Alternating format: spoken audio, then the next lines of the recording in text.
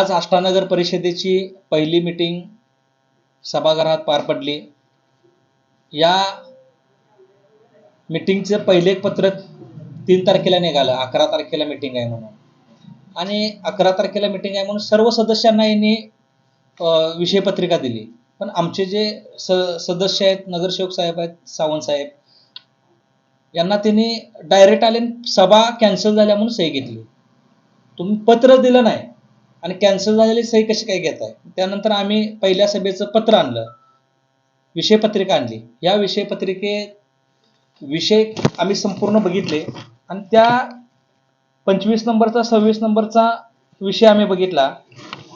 ही गेलेली निवडणूक यांनी गुन्हेगारी मुक्त झालं पाहिजे, व्यसन मुक्त झालं पाहिजे, असं मोठं मोठं बडेजाव करून या लोकांनी निवडणूक लढवली। आणि पहिल्याच मीटिंगच्या विषय पत्रिकेवर त्यांनी 4 बियर बारसाठी ना हरकत प्रमाणपत्राचा विषय घेतलाय। म्हणजे या शहराचं तुम्ही मद्यालय करायला चाललाय का? संपूर्ण शहरात दारूची दुकानं झाली पाहिजे असं तुमचं मत आहे का? सगळ्या गावात व्यसनाधीनता झाली पाहिजे असं तुमचं मत आहे का? येत्या काळात आम्ही राष्ट्रवादी काँग्रेस पार्टीच्या वतीनं, आमच्या सर्व मित्र पक्षांच्या वतीनं या नगरपालिकेवरती एक मोठा असा मोर्चा आम्ही आयोजित करतोय। त्यामध्ये त्यांनी एक ठराव कायमस्वरूपी करावा की इथून पुढच्या काळात कोणत्याही दारूच्या दुकानास, 2 नंबर धंद्याच्या कुठल्याही दुकानास किंवा करमणूक विभागाचं एखादं ना हरकत पत्र असेल, कोणत्याही 2 नंबर दारू असेल, याला ना हरकत पत्र देऊ नये असा ठरावच करून इथून पुढच्या काळात ना हरकत मिळणार नाही असा ठराव करण्यात यावा, यासाठी एक मोठं आंदोलन आम्ही या शहरामध्ये उभा करतोय।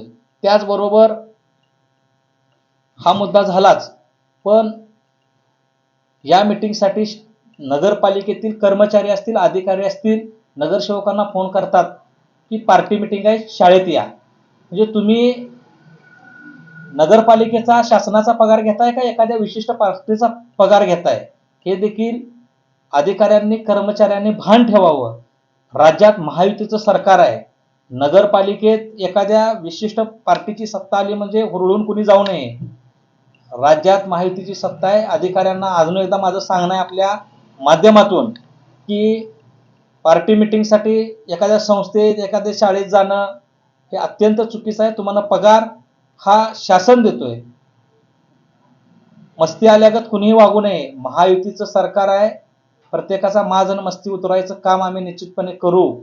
तुम्ही नगरपालिकेच्या इमारतीशिवाय कोणत्याही संस्थेत आणि कुणाच्याही शिक्षण संस्थेत जाता कामा नये, ही मी आज आपल्या माध्यमातून सांगू इच्छितो। त्याचबरोबर अनेक मुद्दे आहेत। त्यामध्ये पहिलाच मुद्दा हिंदुहृदय बाळासाहेब ठाकरे लोककल्याण अभियान राबवणे, हे महायुतीच्या माध्यमातून आलेली योजना आहे। ही योजनेचा फक्त ठराव करून खाली राबवायचा, याचं श्रेय कुठल्याही या सत्ताधाऱ्यांनी घेऊ नये। 1 कोटी रुपये या योजनेसाठी आलेले आहे। त्याचबरोबर विषय क्रमांक 2 ला, विषय क्रमांक 2 असेल, या विषय क्रमांक 3, विषय क्रमांक 3 ला नमो उद्यान विकसित करणे म्हणून 1 कोटी रुपये आलेले आहे। या देशाचे पंतप्रधान आदरणीय नरेंद्र मोदी साहेब यांच्या वाढदिवसानिमित्त ही संपूर्ण महाराष्ट्रातील प्रत्येक नगरपालिकेला 1 कोटी रुपये नमो उद्यान विकसित करण्यासाठी आलेले आहे। याचंही श्रेय या लोकांनी घेऊ नये। ठराव फक्त रितसर करावा, श्रेय घ्यायच्या भानगडीत यांनी पडू नये। त्याचबरोबर पहिलाच मुद्दा छत्रपती शिवाजी महाराजांच्या पुतळ्याचा आहे। तो देखील लवकरात लवकर पूर्ण व्हावा। आमचे सन्माननीय सदस्य आदरणीय संजय सावंत अण्णा यांनी आज सभागृहामध्ये मागणी केली त्यांच्या लेटर पॅडवरती की छत्रपती शिवाजी महाराजांचा पुतळा हा लवकरात लवकर झालाच पाहिजे। पण त्याचबरोबर लोकशाहीर अण्णाभाऊ साठे असतील, भारतरत्न डॉक्टर बाबासाहेब आंबेडकर असतील आणि राजे उमाजी नाईक असतील, यांचेही त्यांचा पुतळ्याचा ठराव या सभागृहात झाला पाहिजे, अशी मागणी आदरणीय आमचे सन्माननीय सदस्य सावंत साहेब यांनी आज सभागृहात केली। त्याचबरोबर स्वच्छताचा जो विषय आहे, स्वच्छताचं टेंडर पद्धतीनं जे काम चालतं, ते काम टेंडर बंद करावं आणि नगरपालिकेच्या माध्यमातून डायरेक्ट वेतन पद्धतीनं स्थानिक लोकांना त्यात काम मिळावं, यासाठी टेंडर पद्धत बंद करून नगरपालिकेने स्वतः वेतन पद्धतीने हे काम चालू करण्यात यावं अशी ही मागणी आदरणीय संजय सावंत साहेबांनी आज सभागृहात केलेली आहे. त्याचबरोबर अनेक मुद्दे आहेत यात.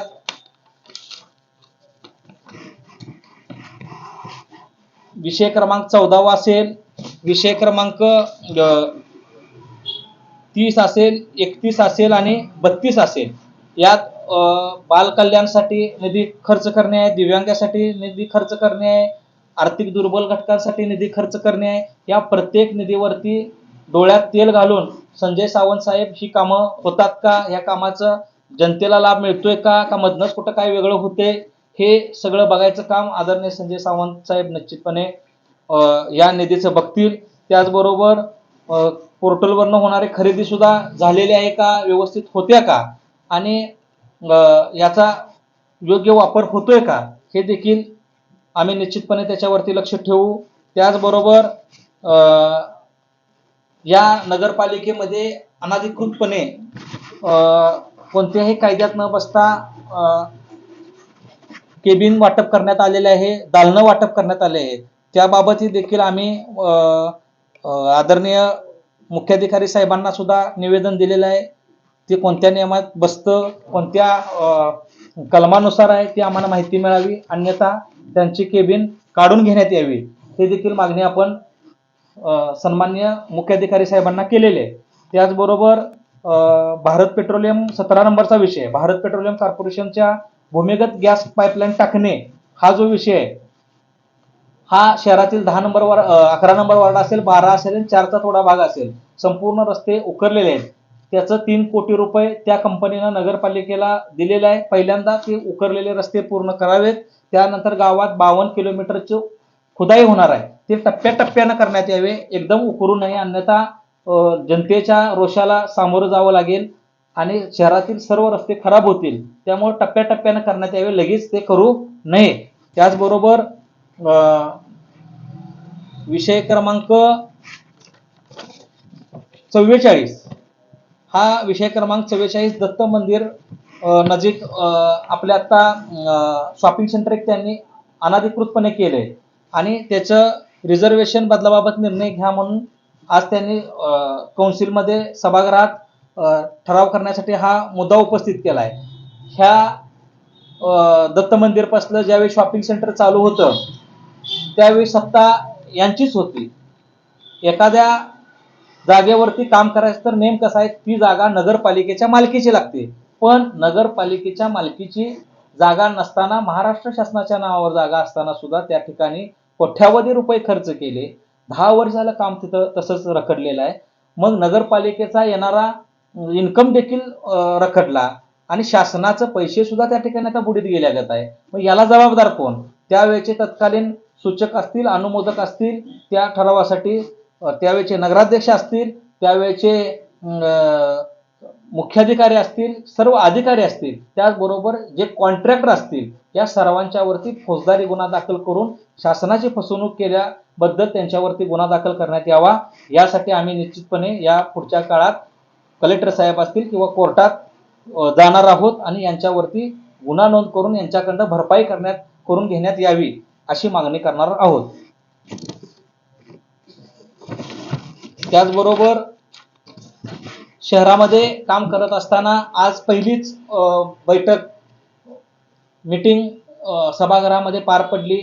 सन्माननीय आमचे सदस्य ज्या चुकीच्या गोष्टी आहेत त्याला ताकदीनं विरोध केला, सर्व पत्रकार बांधवांनी बघितलेलेच आहे. पण जे शहराच्या हिताचे मुद्दे असतील, विषय असतील, त्या ठिकाणी आम्ही निश्चितपणे पाठीशी राहून त्या मुद्द्यांचं स्वागत देखील करू, त्या कामाला आम्ही सपोर्ट देखील करू. पण चुकीचं एकही काम या शहरामध्ये होऊन देणार नाही, हे आम्ही एक ध्येय घेऊनच या शहरात काम करत आहोत आणि या पुढच्या काळात देखील करत राहू. आदरणीय संजय सावंत साहेब सभागृहातली लढाई निश्चितपणे आज पहिलाच दिवस आहे, लढतील 5 वर्ष ताकदीनं जनतेसाठी आणि रस्त्यावरची लढाई निश्चितपणे आम्ही सर्वजण ताकदीने लढू, हे आष्टा शहरातील मायबाप जनतेला सांगण्यासाठीची आजची पत्रकार परिषद आहे. इथून पुढच्या काळात प्रत्येक मीटिंग नंतर एक पत्रकार परिषद निश्चितपणे राष्ट्रवादी काँग्रेस पार्टी व मित्र पक्षांच्या वतीनं आयोजित केली जाईल.